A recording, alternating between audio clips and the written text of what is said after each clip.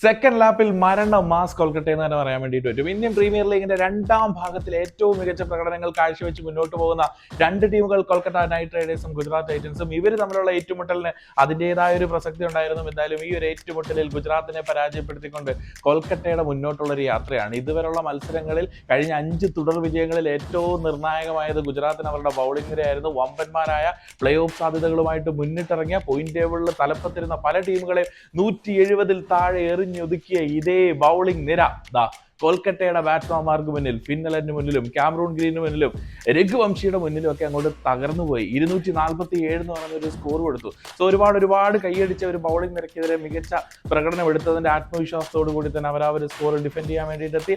എന്തായാലും ഗുജറാത്തിന്റെ ബാറ്റിംഗ് പ്രകടനം അല്ലെങ്കിൽ തിരിച്ചടിക്കാൻ വേണ്ടിയിട്ടുള്ള ഒരു പരിശ്രമം ചെറുതൊന്നും അല്ലായിരുന്നു. അവർ അതിന് വേണ്ടിയിട്ട് മാക്സിമം ശ്രമിച്ചു. ഗില്ലിന്റെ ഭാഗത്തുനിന്നും സായി സുദർശൻ റിട്ടയർഡ് ആയിട്ട് പുറത്തു പോയായിരുന്നു.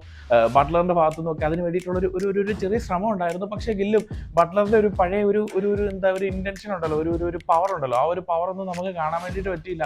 അങ്ങനെ എവിടെയെങ്കിലുമൊക്കെ കുറച്ചുകൂടെ അഗ്രഷൻ മിഡിൽ ഓവറുകളിൽ നൽകിയിരുന്നെങ്കിൽ ഒരു പക്ഷേ മത്സരം കൂടുതൽ വിജയത്തിലേക്കോ എത്തിക്കാൻ വേണ്ടിയിട്ട് ഗുജറാത്തിന് കഴിഞ്ഞേനെ. എന്തായാലും ഗുജറാത്ത് 5 മത്സരങ്ങൾക്ക് ശേഷം ആദ്യത്തെ പരാജയം ഏറ്റുവാങ്ങിയിരിക്കുകയാണ്. ഇപ്പോഴും ഗുജറാത്തിന്റെ പ്ലേ ഓഫ് സ്പോട്ട് ഏറെക്കുറെ സേഫ് ആണ്. അവർക്ക് വലിയ പ്രശ്നങ്ങളൊന്നും ഉണ്ടാകാൻ സാധ്യതയില്ല. കൊൽക്കത്തയെ സംബന്ധിച്ചിടത്തോളം പ്ലേ ഓഫിലേക്കുള്ള യാത്രയിൽ തന്നെയാണ് അവർ.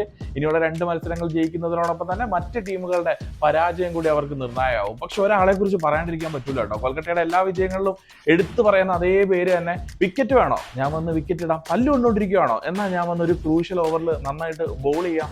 ആ ഒരു പേര് സുനിൽ നരേൻ. കാലം എത്ര മാറിയാലും സുനിൽ നരേൻ എന്ന് പറയുന്ന പേര് കൊൽക്കത്തയുടെ വിജയങ്ങളിൽ ഇങ്ങനെ കുത്തിവെക്കുന്ന പേരായിട്ട് നിൽക്കുകയാണ്.